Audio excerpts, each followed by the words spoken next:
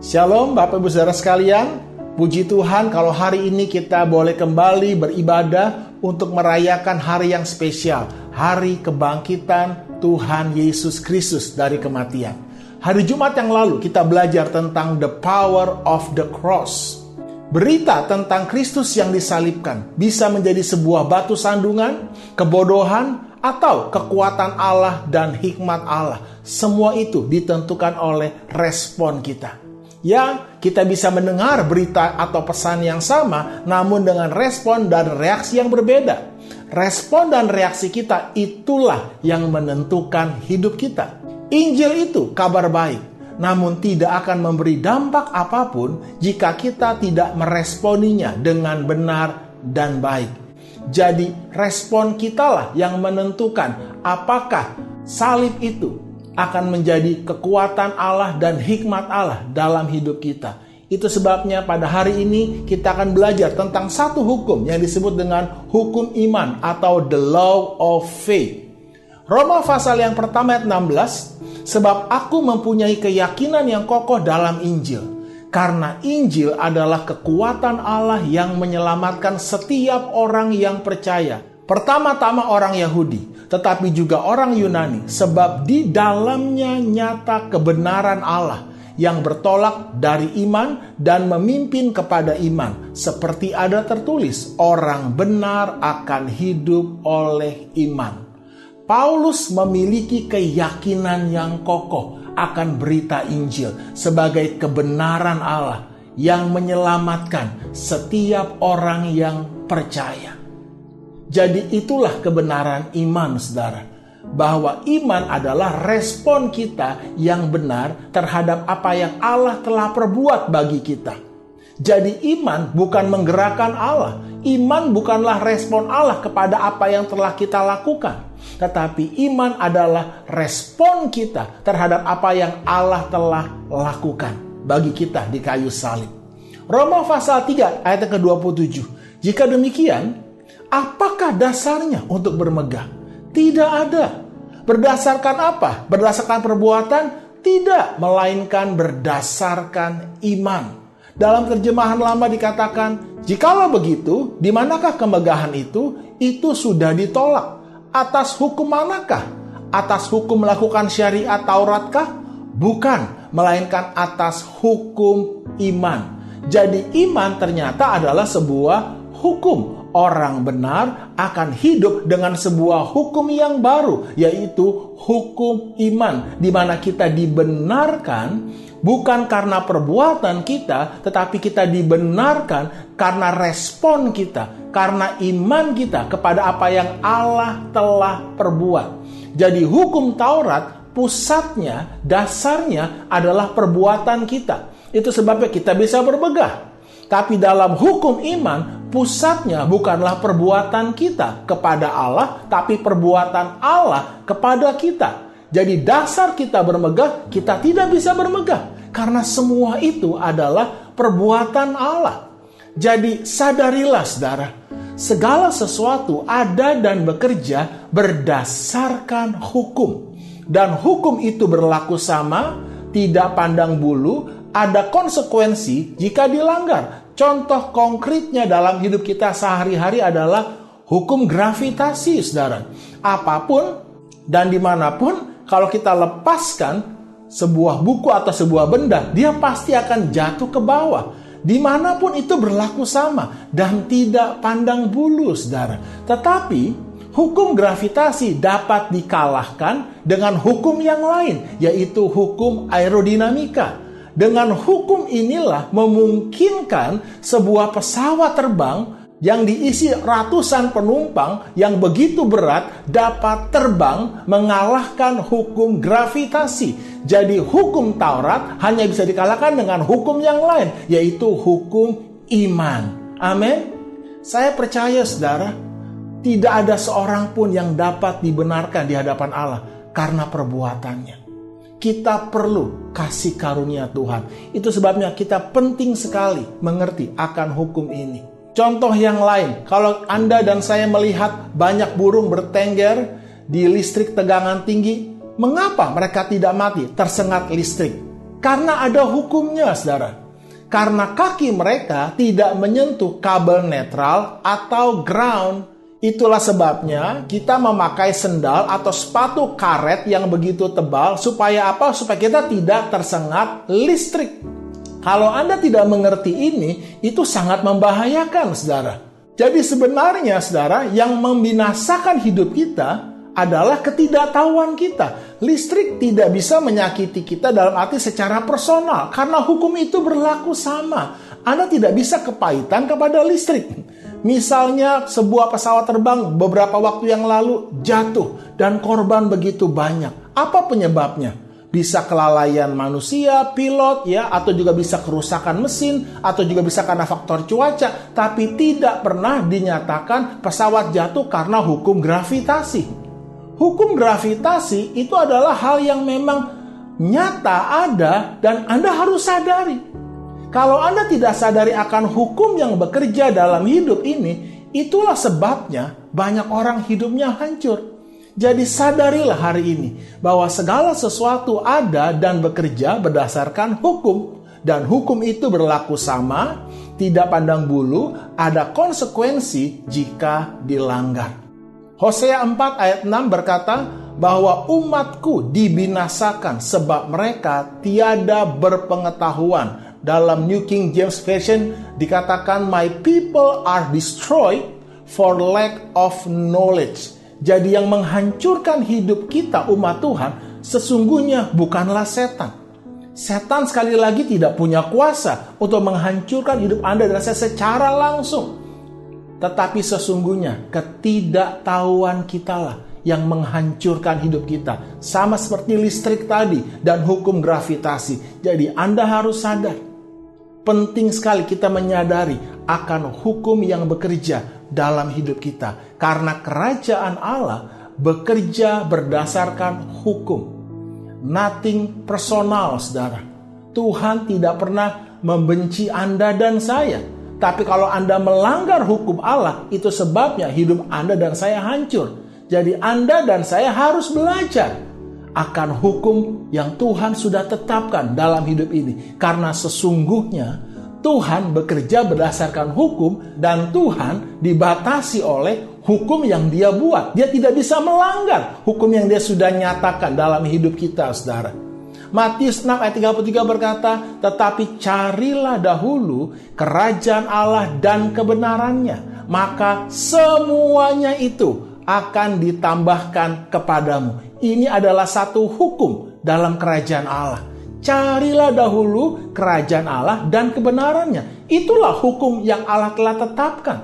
Siapapun Anda, apapun latar belakang Anda, bagaimanapun kondisi Anda, kalau Anda mencari kerajaan Allah terlebih dahulu dan kebenarannya, yaitu hukum iman, di mana kita dibenarkan karena iman, maka semuanya akan ditambahkan kepadamu. Jadi penting sekali hari ini kita mengerti bahwa ada hukum iman, di mana orang benar akan hidup oleh iman. Efesus 2 ayat 8-9. Sebab karena kasih karunia kamu diselamatkan oleh iman. Itu bukan hasil usahamu, tetapi pemberian Allah. Itu bukan hasil pekerjaanmu. Jangan ada orang yang memegahkan diri. Karena kasih karunia oleh iman. Katakan bersama-sama, karena kasih karunia oleh iman. Kamu diselamatkan. Itu bukan hasil usahamu, itu bukan hasil pekerjaanmu, itu adalah pemberian Allah. Kasih karunia adalah bagian Tuhan. Dan iman adalah bagian kita. Kasih karunia Allah tidak ada hubungan dengan hasil usaha dan pekerjaan kita. 100% pemberian Allah. Kasih karunia Allah adalah segala sesuatu yang Tuhan telah perbuat dan sediakan bagi kita di dalam Kristus Yesus Tuhan. Karena itu Anda harus sadari, Tuhan telah mengerjakannya bagi kita di kayu salib. Bukan akan atau bukan sedang, tetapi telah. Kasih karunia adalah bagian Allah dan Allah telah mengerjakan bagiannya. Karena itu Anda harus sadari ini. Kalau Anda orang benar, Anda hidup oleh iman. Artinya Anda hidup dengan sebuah pemikiran yang berbeda. Anda hidup dengan sebuah mindset yang berbeda dengan agama, saudara. Mindsetnya adalah bahwa Allah telah mengerjakannya bagi kita. Keselamatan Tuhan telah kerjakan bagi kita di kayu salib. Demikian pula dengan kesembuhan, dengan pengampunan dosa, semua itu Tuhan telah selesai kerjakan bagi kita di kayu salib. Yohanes 19 ayat 30. Sesudah Yesus meminum anggur asam itu, berkatalah ia, sudah selesai. Lalu ia menundukkan kepalanya dan menyerahkan nyawanya. Ini adalah perkataan firman Tuhan yang sangat penting untuk kita percayai dan taruh hidup kita di atas perkataan ini. Tuhan berkata, sudah selesai anakku. Dosamu sudah selesai, aku tanggung. Sakit penyakitmu sudah selesai, aku tanggung. Hukuman dosamu sudah selesai, aku tanggung di kayu salib. It is finished. Itu sebabnya kalau Anda perhatikan baik-baik, 1 Petrus 2 ayat yang ke-24 berkata, ia sendiri telah memikul dosa kita di dalam tubuhnya di kayu salib. Supaya kita yang telah mati terhadap dosa, kita hidup untuk kebenaran. Oleh bilur-bilurnya, kamu telah sembuh. Jadi, hidup oleh iman adalah hidup dengan sebuah pola pikir yang baru. Pola pikir yang benar bahwa Tuhan telah mengerjakannya bagi kita. Tuhan telah memikul dosa kita. Bahkan sebelum kita berbuat dosa, saudara. Bahkan sebelum saya lahir, sebelum Anda ada di dunia ini, Tuhan telah memikul dosa kita di dalam tubuhnya di kayu salib. Kapan? 2000 tahun yang lalu. Jadi Tuhan itu telah mengerjakannya lebih dahulu bagi kita, telah menyediakan lebih dahulu bagi kita kesembuhan, keselamatan, pengampunan dosa. Itu sebabnya dikatakan oleh bilur-bilurnya kamu telah sembuh. Jadi saudara, saya belajar membangun hidup saya di atas dasar kebenaran ini. Dan saya mempercayainya dengan segenap hati saya tanpa keraguan bahwa oleh bilur-bilur Yesus saya telah sembuh. Kalau misalnya Anda telah ada di rumah, artinya ya Anda sudah di rumah kan? Apakah Anda perlu khawatir atau berusaha untuk ada di rumah? Untuk apa? Saya telah ada di dalam rumah. Sama halnya, saya telah sembuh. Saya tidak perlu lagi takut atau khawatir. Kalau saya sakit, saya sudah sembuh. Dan kita harus berdiri dengan kokoh di atas kebenaran ini. Karena itu firman Tuhan berkata, hai anakku, perhatikan perkataanku. Arahkan telingamu kepada ucapanku. Jangan itu menjauh dari matamu. Simpan dalam lubuk hatimu. Karena itulah yang akan menjadi kehidupan bagi mereka yang mendapatkannya. Dan kesembuhan bagi seluruh tubuh mereka. Perkataan siapa yang Anda percayai? Iman adalah respon kita yang benar tanpa ragu, dengan keyakinan yang penuh bahwa apa yang Allah katakan itu ya dan amin. It is finished. Sudah sembuh. Lalu Anda mulai bertindak. Itulah iman, saudara. Efesus 1 ayat ketiga berkata, terpujilah Allah dan Bapa Tuhan kita Yesus Kristus, yang dalam Kristus telah mengaruniakan kepada kita segala berkat rohani di dalam surga. Jadi Allah telah memberkati Anda dan saya. Yang Tuhan mau, yang Tuhan harapkan adalah kita percaya. Berespon dengan benar, tanpa keraguan. Kita bersyukur, kita bersuka cita. Karena itu berhenti melihat bahwa Anda tidak diberkati. Tuhan sudah memberkati Anda ketika Anda percaya kepada Yesus, kepada kematian dan kebangkitannya.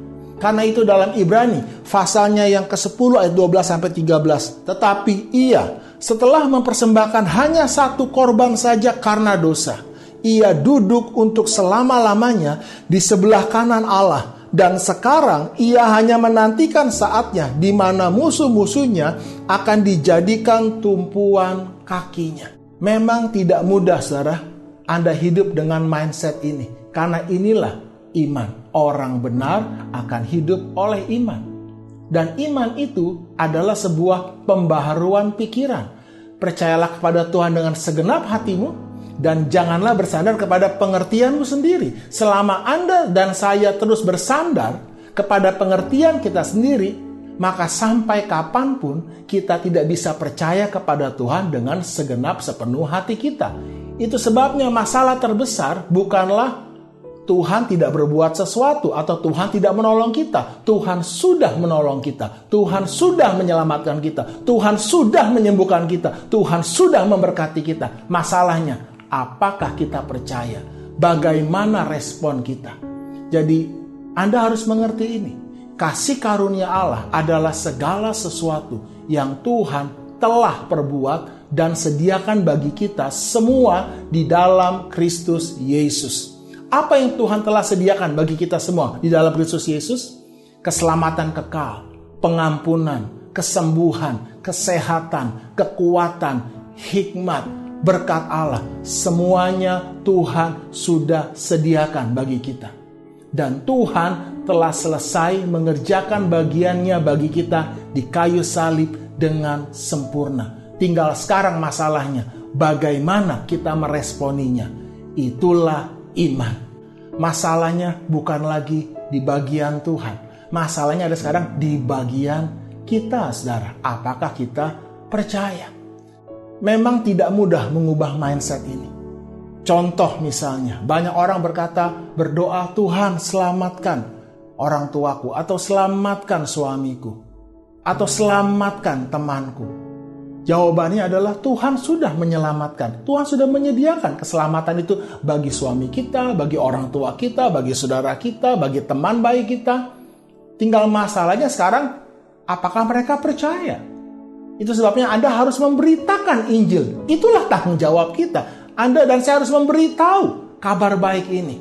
Dan memang perlu waktu untuk mereka dapat berubah ya kepercayaan mereka tentang pengorbanan Yesus di kayu salib. Itulah yang perlu kita lakukan dan itu adalah bagian kita. Jadi kasih karunia adalah bagian Allah dan iman adalah bagian kita. Respon kita terhadap apa yang Allah telah perbuat itu menentukan hidup kita. Roma 10 ayat 16 sampai 17 dan 19 sampai 21. Tetapi tidak semua orang telah menerima kabar baik itu. Yesaya sendiri berkata, Tuhan, siapakah yang percaya kepada pemberitaan kami? Jadi iman timbul dari pendengaran, dan pendengaran oleh firman Kristus. Tetapi aku bertanya, adakah Israel menanggapnya? Pertama-tama Musa berkata, aku menjadikan kamu cemburu terhadap orang-orang yang bukan umat, dan membangkitkan amarahmu terhadap bangsa yang bebal.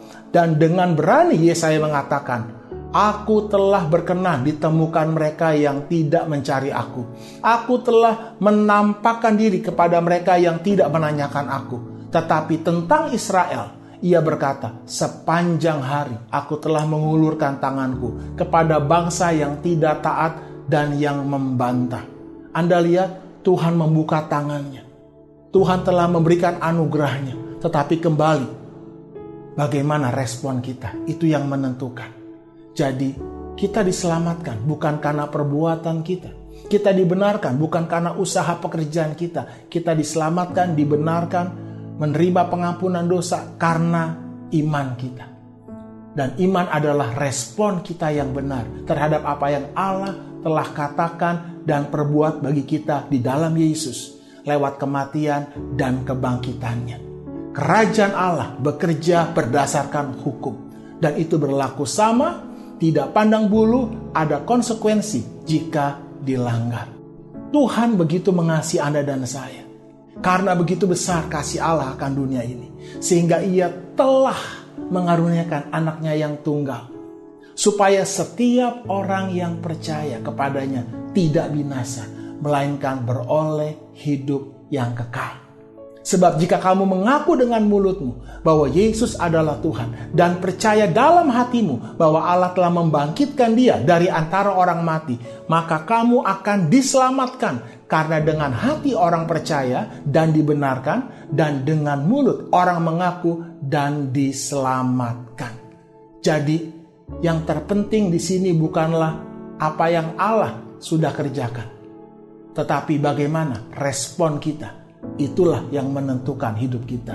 Tuhan tidak pernah pilih kasih, saudara. Siapapun Anda, apapun kondisi Anda, kalau Anda percaya, Anda diselamatkan, Anda disembuhkan. Jadi masalahnya adalah masalah iman. Itu sebabnya kita harus belajar tentang hukum kebenaran dari iman.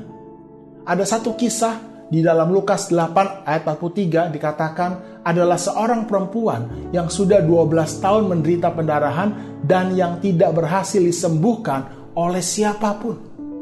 Perempuan ini sudah kondisi desperate, putus asa. Tapi di tengah kondisi yang desperate, putus asa ini, dia mendengar berita-berita tentang Yesus. Iman timbul dari pendengaran. Lalu wanita ini percaya. Dan ketika dia mendengar ada Yesus di kotanya, di tempat dia tinggal, dia pun menghampiri dengan kondisi yang lemah, yang sakit, tanpa harapan. Dia terus bergerak maju, saudara. Dan dia berkata, ingat baik-baik, ini yang dia katakan, asalku jamah saja jubahnya, aku pasti sembuh. Itulah iman, saudara. Dan ketika perempuan ini menjamah jubah dari jubah Yesus, seketika itu juga penyakitnya disembuhkan, saudara. Dan Yesus terkejut dan berkata kepada murid-muridnya, siapa yang menyentuh aku? Karena Yesus merasakan ada kuasa yang keluar. Lalu murid-muridnya bingung, guru, ada begitu banyak orang menyentuhmu hari ini. Itu satu kerumunan yang padat. Dan engkau bertanya, siapa yang menyentuh aku? Apakah Yesus tidak tahu atau pura-pura tidak tahu? Saya yakin dalam kemanusiaannya Yesus benar-benar tidak tahu.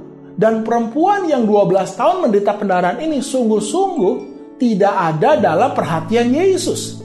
Di luar radar perhatian Tuhan, saudara. Tetapi hukum itu berlaku sama, tidak pandang bulu. Dan itulah hukum iman, saudara. Wanita ini menghampiri Yesus dengan iman. Dan dia menerima, saudara, kesembuhan yang dia perlukan. Itulah kasih karunia. Dan apa yang Tuhan Yesus katakan? Maka katanya kepada perempuan itu, hai anakku, imanmu telah menyelamatkan engkau. Pergilah dengan selamat. Sebab karena kasih karunia oleh iman kamu diselamatkan. Jadi sebenarnya yang menyelamatkan kita, yang menyembuhkan kita adalah iman kita, respon kita terhadap apa yang Tuhan telah sediakan, kerjakan, katakan bagi kita.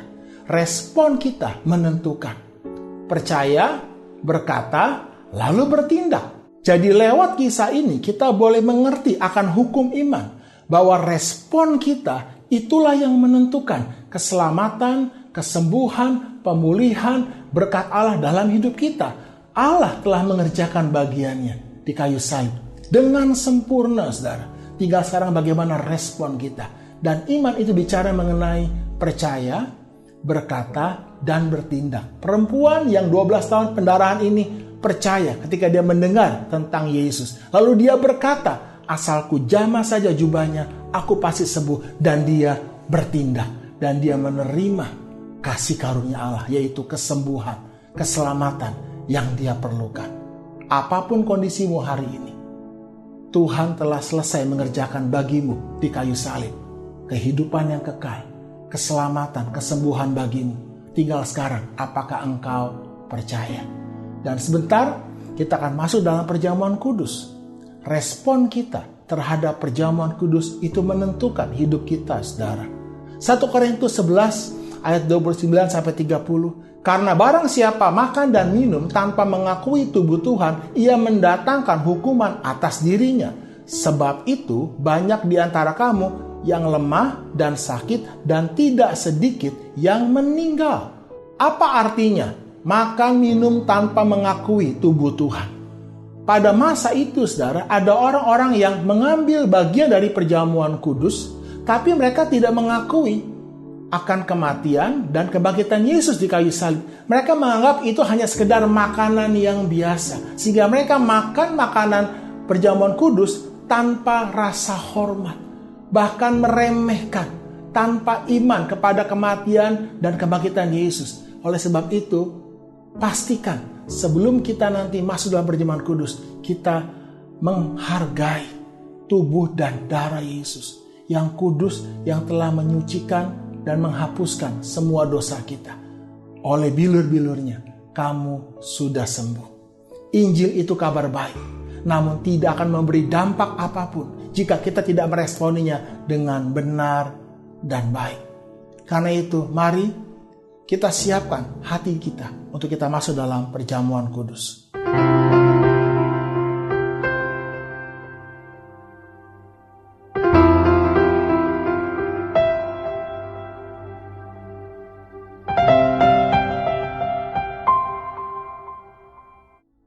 Mari Bapak Ibu Saudara sekalian, kita mau angkat roti dengan tangan kanan di atas kepala kita. Mari kita berdoa. Bapa, kami bersyukur Engkau sendiri yang telah memikul semua dosa kami di dalam tubuh-Mu di kayu salib. Engkau telah menjadi berdosa supaya kami yang berdosa menjadi benar oleh karena perbuatan-Mu bagi kami di kayu salib. Di dalam nama Tuhan Yesus, demikianlah firman Tuhan. Sebab apa yang telah aku teruskan kepadamu, telah aku terima dari Tuhan, yaitu bahwa Tuhan Yesus pada malam waktu Ia diserahkan mengambil roti, dan sesudah itu Ia mengucap syukur atasnya. Ia memecah-mecahkannya dan berkata, inilah tubuhku yang diserahkan bagi kamu. Perbuatlah ini menjadi peringatan akan aku. Apakah saudara percaya bahwa Tuhan sendiri telah memikul semua dosa Anda di dalam tubuhnya di kayu salib? Oleh bilur-bilurnya, engkau sudah sembuh. Kalau engkau percaya, katakan, aku percaya Tuhan. Di dalam nama Tuhan Yesus Kristus, makanlah.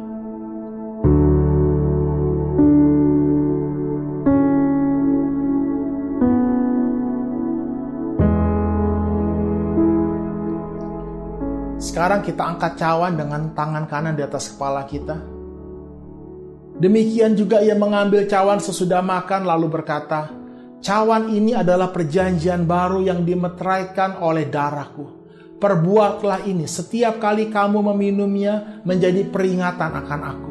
Sebab setiap kali kamu makan roti ini dan minum cawan ini, kamu memberitakan kematian Tuhan sampai Ia datang. Apakah saudara percaya? Darah Yesus, darah yang mahal, menebus hidupmu, menyucikan hatimu, dan menghapuskan semua dosamu. Hari ini, iblis tidak punya tempat lagi untuk mendakwamu. Semua hukuman dosamu telah ditanggung oleh Tuhan Yesus di kayu salib. Hari ini engkau bebas, engkau merdeka, engkau orang benar. Kalau engkau percaya, dalam nama Tuhan Yesus Kristus, minumlah.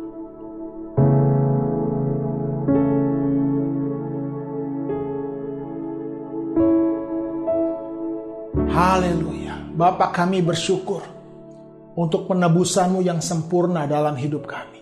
Kematian dan kebangkitan-Mu itu nyata Tuhan. Biarlah kuasa kematian dan kebangkitan-Mu kami terima. Roh yang membangkitkan tubuh Yesus dari kematian, roh yang sama itu ada di dalam tubuh kami. Dan kami terima anugerah-Mu. Singkapkan, ajarkan, dan buat kami mengerti akan kebenaran firman-Mu ini. Di dalam nama Tuhan Yesus Kristus, setiap kita yang percaya bersama-sama katakan, amin. Tuhan memberkati.